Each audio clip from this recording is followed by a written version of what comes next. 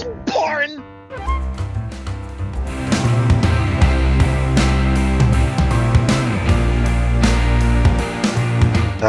There it is, DragonCon. Because Atlanta just had to one-up San Diego's Comic-Con and Orlando's Disney World, and I guess we can't really forget the 13th century barbarian hordes. You see, every year since 2017, this oh-so-magnificent Geek Fest has boldly claimed its title as summer's last hurrah, as well as the unofficial pumpkin spice latte kickoff. Well, this year it's held onto that secret tradition, but with its own unique set of quirks.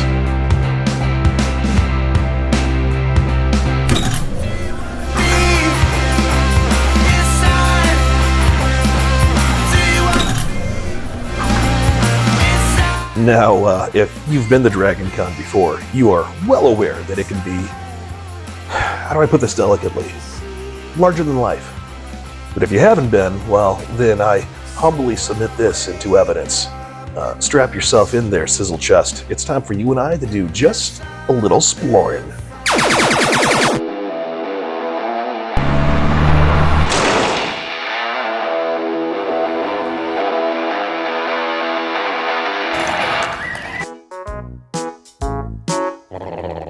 So, after tossing our suitcases, with flair, of course, into the hotel room, like the seasoned travelers that we are, we were off gallivanting across town with the ever-so-infamous Greg from Greg's Wild Vlog Adventures.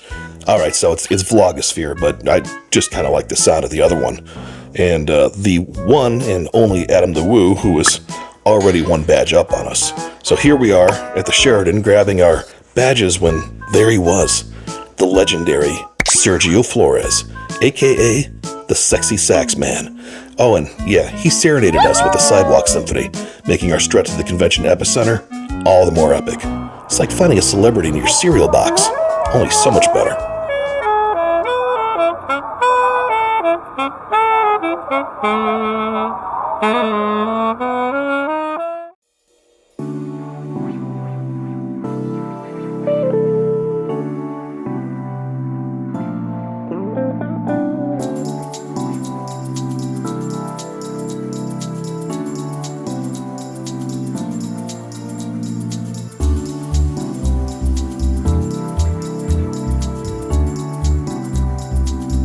Alright, strap in folks, our adventure has started, and as usual, it's going to start with a quest for the Holy Grail, convention coffee. Now, this year our pilgrimage has led us to the Hilton because, let's face it, caffeine is the real superhero here. Gotta keep those geeky energy levels up.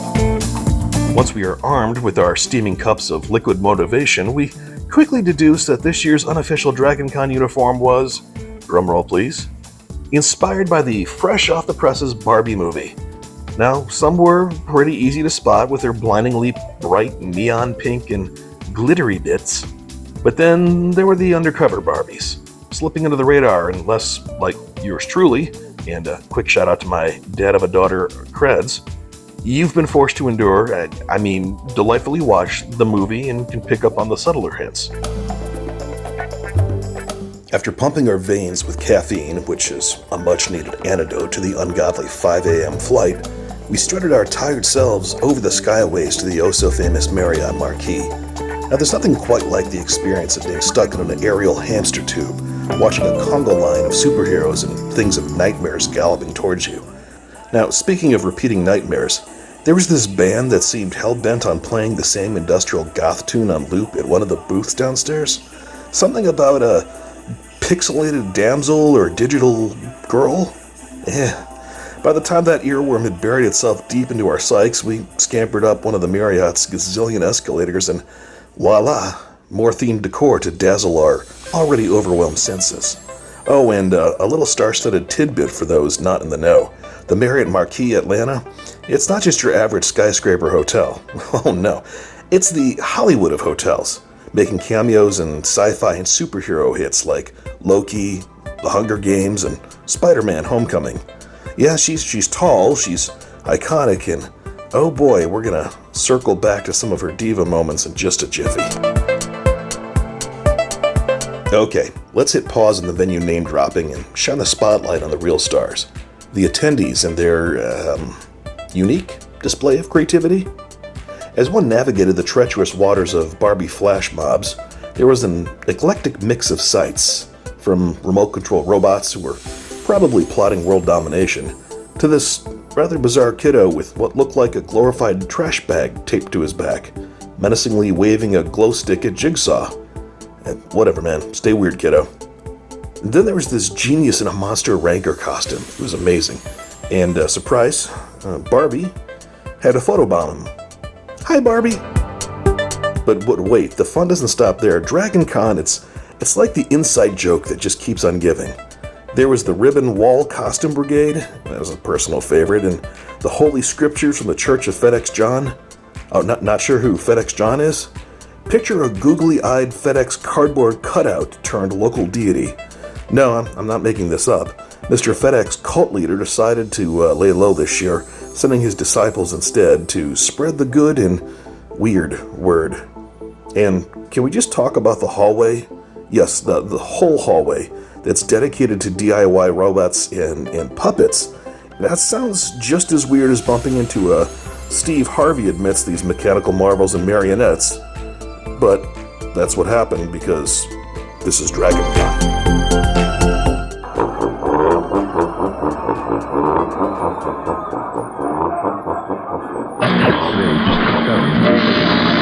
Making a tactical retreat back to the luxurious Marriott Marquis atrium, we stumbled upon, guess who? Yeah, Barbie. Again. But wait, there's more. Among the sea of plastic fantastic, there was also this Yondu impersonator who looked so good that I really expected him to start whistling at any moment. And of course, you can't forget this stormtrooper who has been perpetually frozen in time at this favorite bar spot for almost a decade. That's what we call dedication, I suppose. And then, as if the universe wanted to chuckle, we were ambushed by an army of Barbies and Kens. What a time to be alive. Having our fill of sparkles and suspiciously shiny torsos, we braved the streets of Atlanta, making a beeline for the legendary Merchandise Mart. It's the mecca of DragonCon vendors. And while I'm no introvert, the masses outside that place still haunt my dreams. And since we're on the subject of heart-racing moments, desperate for some cool breezes and respite, we wandered into the buildings across the street, and lo and behold, we stumbled upon what might just be the beating heart of DragonCon, the gaming building. Little trivia for you. While DragonCon nowadays is really a whirlwind of costumes and sci-fi geek-outs and comic book revelries, it actually started off as a cozy gathering of Dungeons & Dragons enthusiasts, and judging by what we saw, they're still at it. You know, I've really never been a card-carrying member of the gaming community. Not now, not ever. There's a nostalgic corner of my heart, though, that's reserved for the pixelated wonders of the 80s and the 90s, the arcades and the pinball machines. So imagine my delight when I spotted these retro gems just shoved in the back of the hall.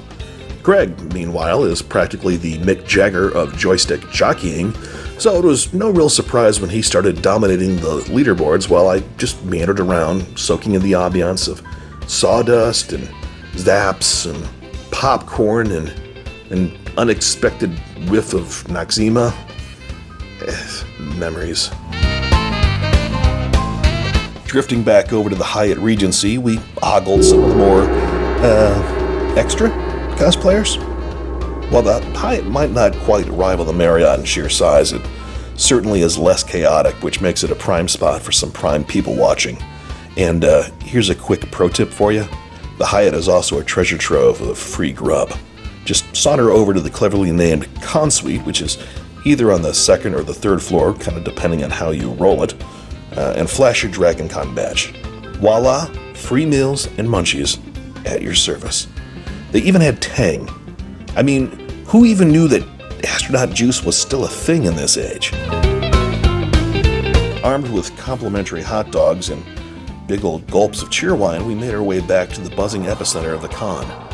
Onward, my friends.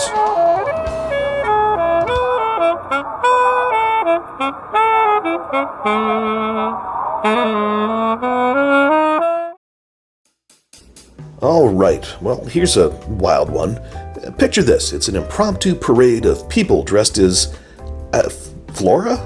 Now seriously, there was a green-tinged mob, some dressed as plants and others were waving plant-ish props, chanting some sort of eco-mantra or whatever. I wasn't quite sure what to make of it, but hey, it's DragonCon. They shuffled out of the Marriott atrium like a chanting compost heap on legs. And now, teaming up with the dynamic duo of Tampa J and Chris the Girl, and with local boy Jeff, of course, leading our ragtag crew, we embarked on our annual pilgrimage to the Marriott Marquis Summit. Now, for those playing at home, that's a 47 adrenaline-inducing floors of terror. Misstep and it's a roller coaster ride that you didn't sign up for. Even the most seasoned hiker might get a little bit woozy looking down, but oh man, what a view. It's like Mother Nature's eye candy. On one side, you've got Atlanta's skyline stretched out in all of its urban glory. But if you were to walk away from the window and mosey over to the opposite end of the hall, you'd get a majestic panorama of the greater Atlanta region, with the silhouette of Stone Mountain teasing you from afar. Talk about living on the edge, in this case, quite literally.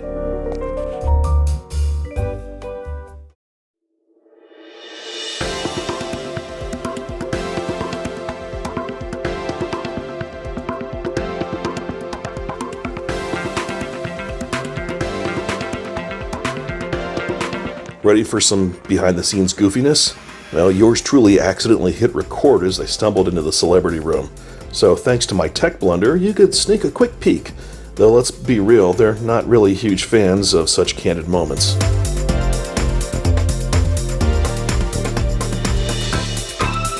Our DragonCon Odyssey continued with a panel featuring a motley crew of voice actors. I say motley crew, but honestly, these are the giants of the industry, and this is coming from a guy that actually does voice acting. Then, back to the Hilton, or more specifically, its party patio, because where else would you find random dance parties for decked-out masses? Now, the breeze there was a sweet relief, even if some of the get-ups made me twitch just a tad. Thanks, of course, to my wholesome Midwest upbringing and the cruel jest called sleep deprivation. Picture this, it's an epic Wakanda Forever photo shoot, swiftly followed by the most colossal Star Wars cosplay congregation that I've ever laid eyes on.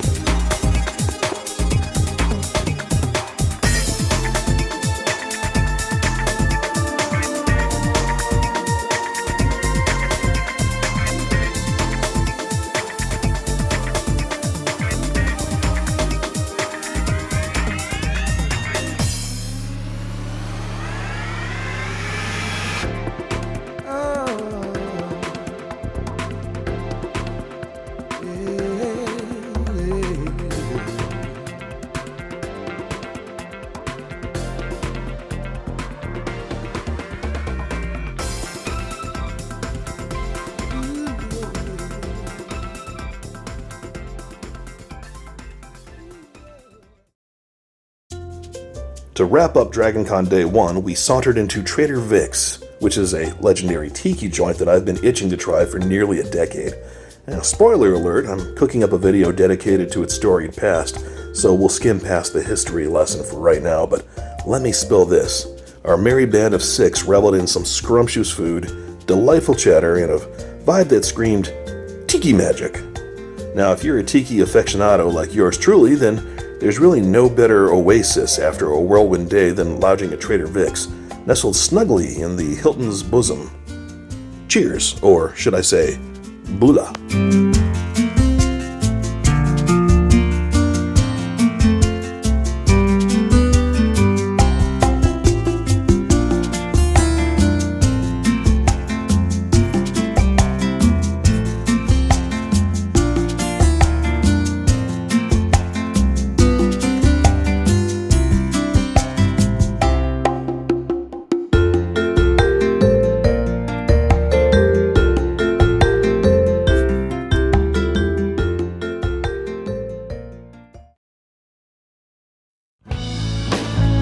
So, with all the pep of over-caffeinated squirrels, Greg and I embarked on our annual trek, which feels more like an Everest expedition, to the parade's starting line.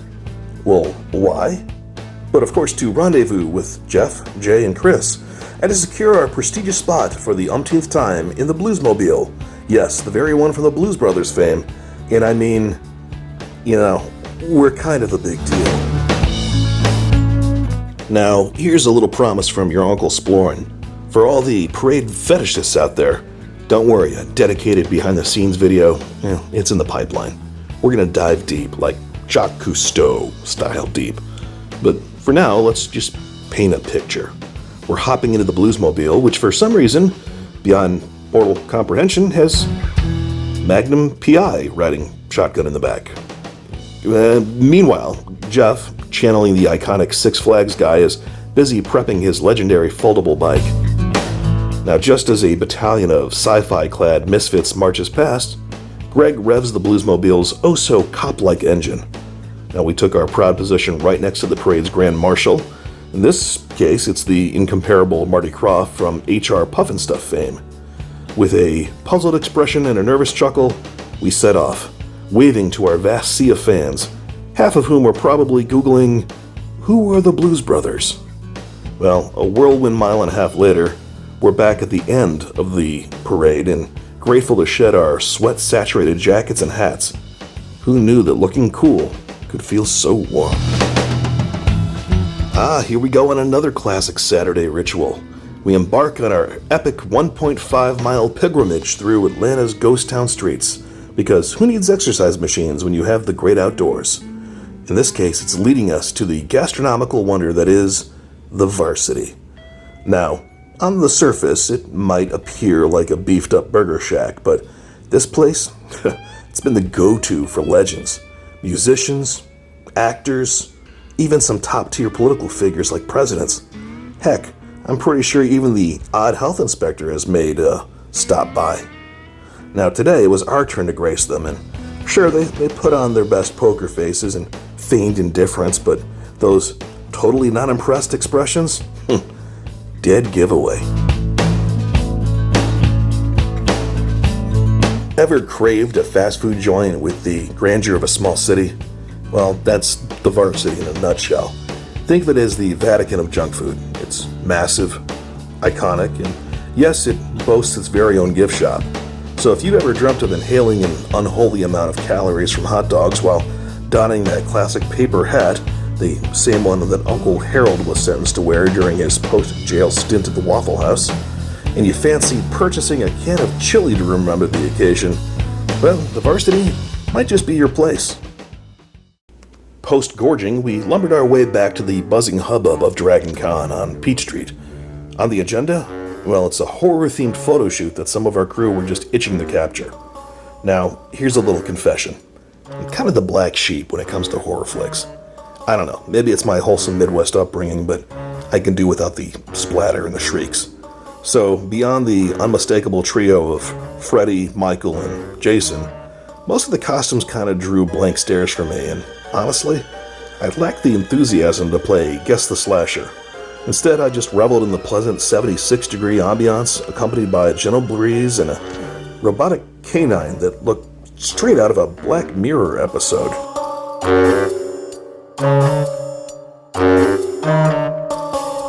After the last shutter clicked from the photo shoot, our gang made tracks to the Marriott marquee. And there, amidst the sea of costumes and cheddar, we soaked in the con vibes until we collectively decided to call it a relatively early night. You know, because resting is a crucial part of any adventure.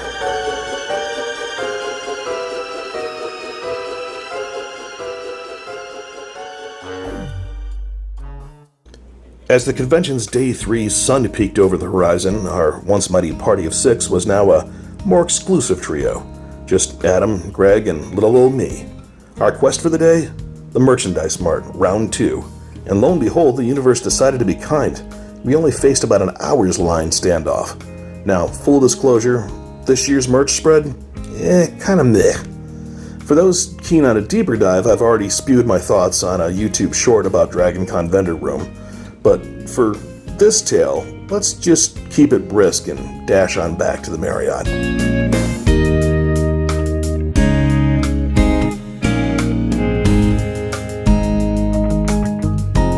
And where else in the Marriott would our adventures take us but into the basement? No, that's not the official title, of course, but let's be real. It's the basement.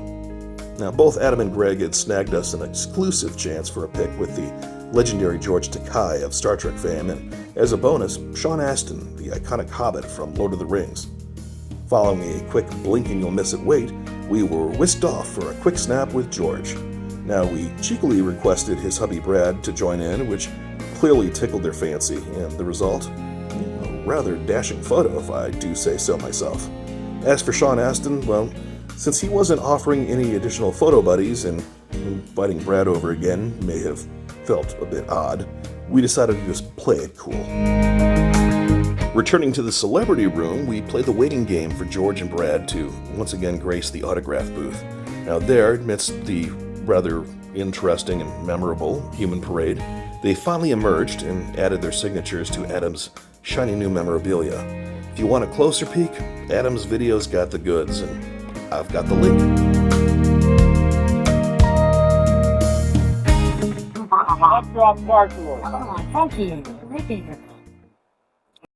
As the day mellowed and our Florida-bound clocks ticked down, Greg, Adam, and I indulged in one last little ritual, a hearty meal at Gus's world-famous fried chicken. Now, over the years, this spicy Memphis-style chicken joint has kind of stolen my heart. And quite frankly, no trip to Atlanta feels complete without sinking our teeth into those delectable delights.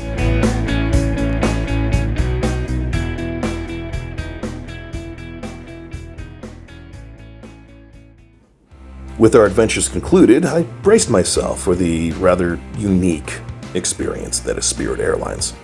And on my flight back to Orlando, my mind wandered through the convention's highlights. You know, people often hit me with the age-old question of, why? Why do you guys keep making the pilgrimage to DragonCon every damn year? I get it. To an outsider, it probably looks like a replay of past years. Same costumes, same celebrities, same grub. But here's the skinny. DragonCon isn't just a cosplay carnival or a star-studded soiree. It's certainly not about the dubious food choices. No, it's more of our sacred time. It's a brief respite from the drudgery of daily life where we get to come together, uninterrupted by life's pesky nuisances. It's about us being us, and that magic, my friends, it never gets old. Thanks for virtually tagging along on this DragonCon 2023 ride. And here's to hoping you're game for more when we come back next time. Join us as we do just a little more Splorin.